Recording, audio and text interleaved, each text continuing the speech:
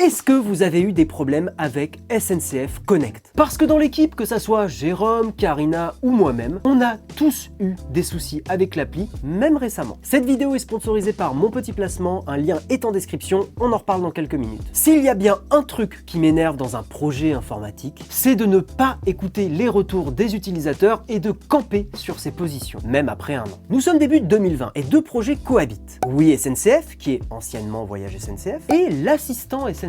Oui SNCF, vous connaissez sûrement, c'est le service qui permettait de réserver des billets de train, avec notamment des offres TGV, Inouï, Ouigo, mais aussi des services commerciaux comme Wicar, Ouibus, et même de la réservation d'hôtels et de voitures. En revanche, l'assistant SNCF, lui, est beaucoup moins connu. Et en gros, c'était un service qui apportait des informations sur des itinéraires de train, avec les RER inclus, des infos transport en commun et offres de mobilité complémentaires. Et on peut se le dire, c'était une appli qui était majoritairement utilisée par un public très parisien. Alors, en interne à la SNCF, beaucoup de voix se faisaient entendre. Beaucoup de gens disaient, mais pourquoi on fusionne pas ces deux services? J'ai plusieurs années de développement derrière moi et je peux vous garantir qu'effectivement, maintenir deux projets côte à côte, ça coûte très cher. On a souvent des technos de développement qui sont différentes, on a des serveurs différents à maintenir, et donc regrouper des services peut être un choix complètement pertinent. Et là, il y a un certain monsieur, un certain Jean-Pierre Farandou, qui est en fait le patron de la SNCF, et il décide de démarrer le projet, toujours début 2021, SNCF Connect. La vision du projet est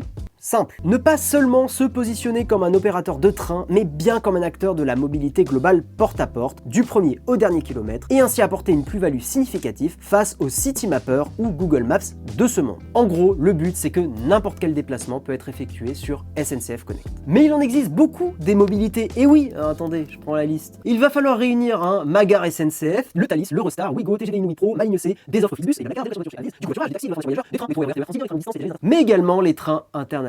Pour concrétiser cette vision, une décision va être prise, tout rassemblé dans cette barre de recherche. Et Bastille UI, créateur de contenu et expert UI UX, vous parlera du problème de cette barre de recherche dans quelques minutes. Mais tout ça, ça sent pas très bon. Tout à l'heure, je vous ai dit que maintenir deux projets en parallèle coûtait de l'argent, mais il y avait peut-être une raison pour laquelle certaines fonctionnalités étaient séparées. Bref, juin 2020, le développement se lance et certains problèmes vont émerger. Sur le projet, au tout début, 10 personnes ont commencé à travailler sur des POC. Les POC, c'est ce qu'on appelle des Proof of Concept, et on peut aussi appeler ça des prototypes. Ça se fait énormément en informatique, et l'idée, c'est de dire, faisons une version très simplifiée de l'application avec des technologies différentes, faisons un bilan et prenons la technologie qui est la mieux adaptée aux besoins. Et vous savez quoi? Souvent dans ce genre de vidéo, on va être très critique, on va dire ouais, tout était catastrophique. Eh ben non, ces prototypes qu'ont fait ces 10 personnes, c'était plutôt bien. Et les développeurs ont même fait une conférence de 45 minutes pour expliquer leur choix. J'ai trouvé ça assez passionnant et ça se sent que le groupe les a laissés bosser plutôt correctement. 3 à 4 mois plus tard, à partir de septembre 2020, le vrai développement se lance. Et on passe en quelques mois de 10 à 100 personnes. Donc ça fait beaucoup de monde à gérer et des sous-équipes vont se créer pour s'atteler à certaines tâches spécifiques. Ça développe. 9000 user stories vont être traitées au total. Donc une user story, c'est un besoin exprimé par un utilisateur final. Maintenant, le développement, c'est pas que coder, c'est aussi tester. Et c'est là que ça va se gâter. Initialement, il était prévu que 6 mois soient alloués à une grande phase de test, mais le développement informatique est un domaine où il y a souvent du retard, et pour l'avoir vécu, il est extrêmement difficile d'estimer la durée d'un développement. Des événements se rajoutent les uns par-dessus les autres, des bugs, des erreurs de management, des délais intenables, etc. Bref, ces 6 mois de test se sont réduits en 3 mois. C'est vraiment très peu, d'autant plus que ce projet est à la base plutôt une refonte ergonomique, un vrai changement de fonctionnement. Donc on a besoin de tests techniques, bien sûr, mais on a surtout besoin de tests utilisateurs. Commander des billets de train, ça va être fait par des gens de 7 à 77 ans. Et c'est pas tout, il y a un choix étrange qui a été fait pour le développement et les tests, c'est que tout soit fait en secret, avec énormément d'accords de confidentialité signés à tout va, avec des réunions qui se tiennent en cachette. Il y a même des gens qui racontent qu'il y avait des feuilles de papier collées pour vraiment qu'on puisse pas voir à travers les stores.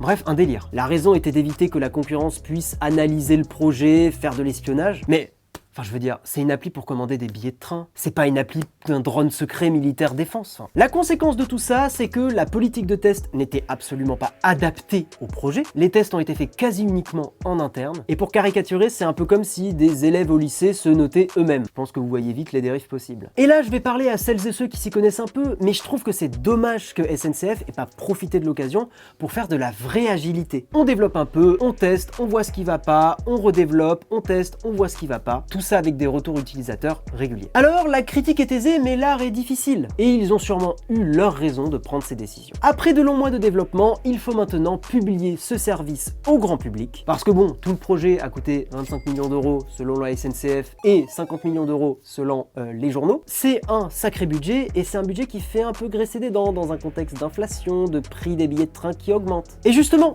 on parle de budget, c'est le moment idéal pour vous parler de notre sponsor, Mon Petit Placement. Mon Petit Placement, vous commencez à les connaître. C'est une appli française hyper ludique, avec des conseillers dédiés qui vont vous accompagner dans votre stratégie d'investissement et vous aider à faire les meilleurs choix. Vous n'avez qu'à définir le montant que vous voulez investir. C'est à partir de 300 € pour tout leur type de produits, sauf pour le nouveau portefeuille anti-inflation qui est accessible à partir de 1000 € d'investissement. Vous choisissez ensuite la durée, le type d'investissement qui vous correspond, et Mon Petit Placement s'occupe de vous concocter une stratégie adaptée à votre profil. Comme je viens de le dire, aujourd'hui, Mon Petit Placement a un nouveau produit à vous présenter, le portefeuille anti-inflation. Avec ce nouveau placement, vous pouvez investir votre épargne très simplement et profiter d'un rendement garanti indexé sur l'inflation, sans commission. Mon Petit Placement. Notez aussi qu'avec ce produit, votre capital est 100% garanti, vous n'avez donc aucun risque de perte. Alors concrètement, comment ça se passe? Vous utilisez le lien en description avec le code NAOTECH, il permet d'obtenir moins 30% sur vos commissions à la performance pour la première année. Vous cliquez sur Je démarre et complétez le formulaire en moins de 10 minutes, afin que Mon Petit Placement vous offre une stratégie d'investissement adaptée. Vous recevez votre conseil personnalisé en vidéo ou avec appel, gratuitement et sans engagement. Et enfin, vous validez votre compte. Vous pourrez suivre votre placement sur votre dashboard en ligne, 100% sécurisé. On remercie Mon Petit Placement de nous permettre de produire cette vidéo et on continue. Fin janvier 2022, le service est mis en route. Et est-ce que ça se passe bien?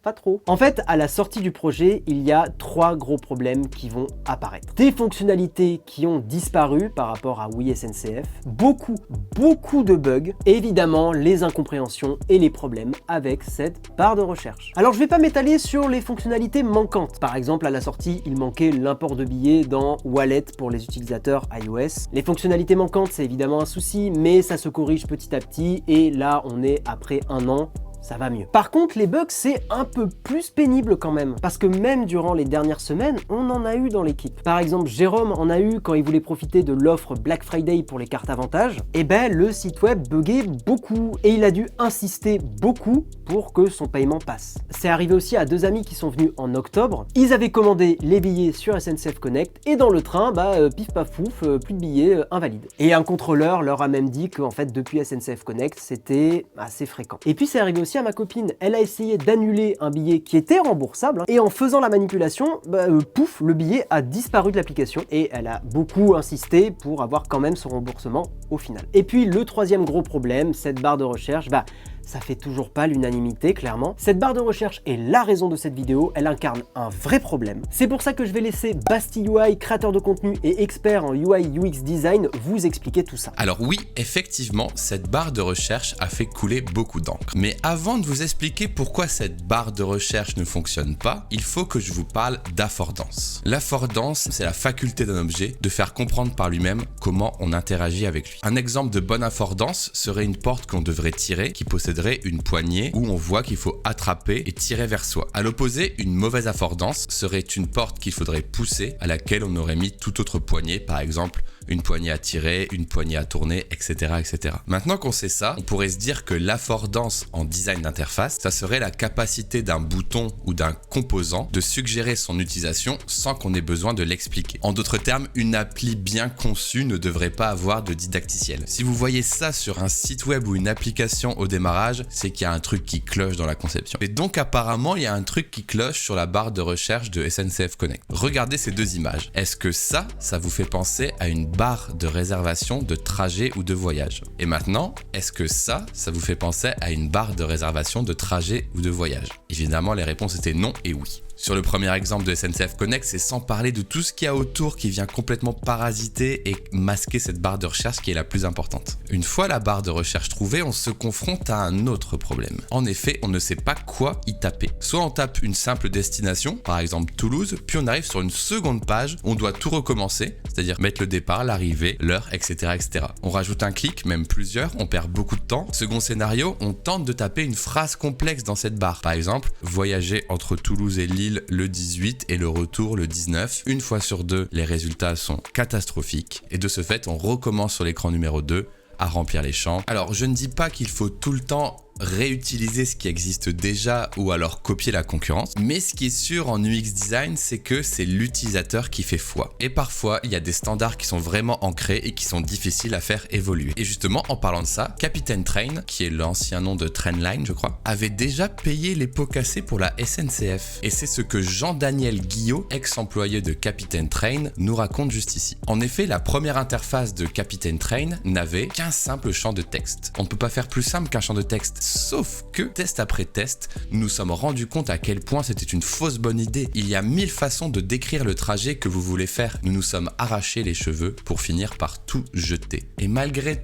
tous les tests utilisateurs que Capitaine Train avait déjà fait, SNCF a quand même mis en place cette barre de recherche. Voilà, je me suis penché principalement sur ces points d'amélioration. Il y en a sûrement d'autres, mais comme ça, vous avez un petit aperçu de pourquoi ça fonctionne pas trop. Merci à lui, vous pourrez retrouver son YouTube et ses réseaux dans la description. Au-delà de tous ces soucis, je pense qu'en fait, le vrai problème d'SNCF Connect, c'est un problème philosophique. SNCF Connect a voulu réunir toutes les mobilités au même endroit, et en faisant ça, eh bien, le service fait tout, c'est vrai, mais il le fait pas très bien. Et dans l'esprit des gens, demandez autour de vous, on vient pas sur une appli SNCF pour chercher un itinéraire de métro. On y vient pour commander un billet de train, ni plus ni moins. Et en parlant de commander, eh bien nous on vous recommande quelque chose, d'aller voir notre vidéo qui apparaît maintenant sur pourquoi Apple est si cher. Sur Nowtech, on aime bien décortiquer les choses et je pense que la vidéo sur Apple devrait vous plaire aussi.